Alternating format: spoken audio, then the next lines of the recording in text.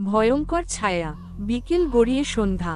গ্রামের এক কোনায় শতবর্ষ প্রাচীন একটি ভাঙা বাড়ি দাঁড়িয়ে আছে। সবাই বলে সেই বাড়িটা অভিশপ্ত, কিন্তু রাহুল, শহর থেকে আসা এক যুবক, এমন কথায় বিশ্বাস করে না। রাহুল ঠিক করল সেই বাড়িতে এক রাত কাটাবে। হাতে টর্চলাইট, সঙ্গে একটি পুরনো ক্যামেরা। বাড়িতে পা রাখতেই কেমন অদ্ভুত ঠান্ডা অনুভূতি হলো তার। বাতাস থমথমে, জানালার ফাঁক দিয়ে আসা চাঁদের আলোয় দেয়ালের ছায়া যেন নড়ছে।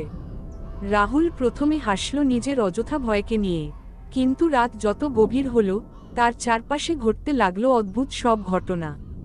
দেয়ালে হঠাৎ করেই আঁকা ভৌতিক মুখগুলো যেন নড়ছে। সিঁড়ির ওপর ভারী পায়ের আওয়াজ, অথচ কোনো মানুষ নেই। এক সময় রাহুলের টর্চলাইট বন্ধ হয়ে গেল। চারদিক নিস্তব্ধ, শুধু শোনা যাচ্ছে কেমন যেন ফিসফিস আওয়াজ, যেন কেউ বলছে, এখান থেকে চলে যা, চলে যা। রাহুল দৌড়ে পালাতে চাইল, কিন্তু পা যেন জড়িয়ে গেল অদৃশ্য কোনো শক্তিতে। হঠাৎ তার ক্যামেরার ফ্ল্যাশ জ্বলে উঠল। ক্যামেরার স্ক্রিনে ভেসে উঠল একটি বিকৃত মুখ, লালচে চোখ, হা করা মুখে যেন চিৎকার করছে। রাহুলের গলা দিয়ে কোনো শব্দ বের হলো না। সকালে গ্রামের লোকজন সেই ভাঙা বাড়ির সামনে পেল শুধু রাহুলের ক্যামেরা, আর তাতে শেষ তোলা সেই ভয়ঙ্কর ছবিটা, রাহুলের আতঙ্কিত মুখের পেছনে দাঁড়িয়ে থাকা অদ্ভুত এক ছায়া। কিন্তু রাহুল, সে আর গেল না। শেষ। কেমন লাগলো গল্পটা?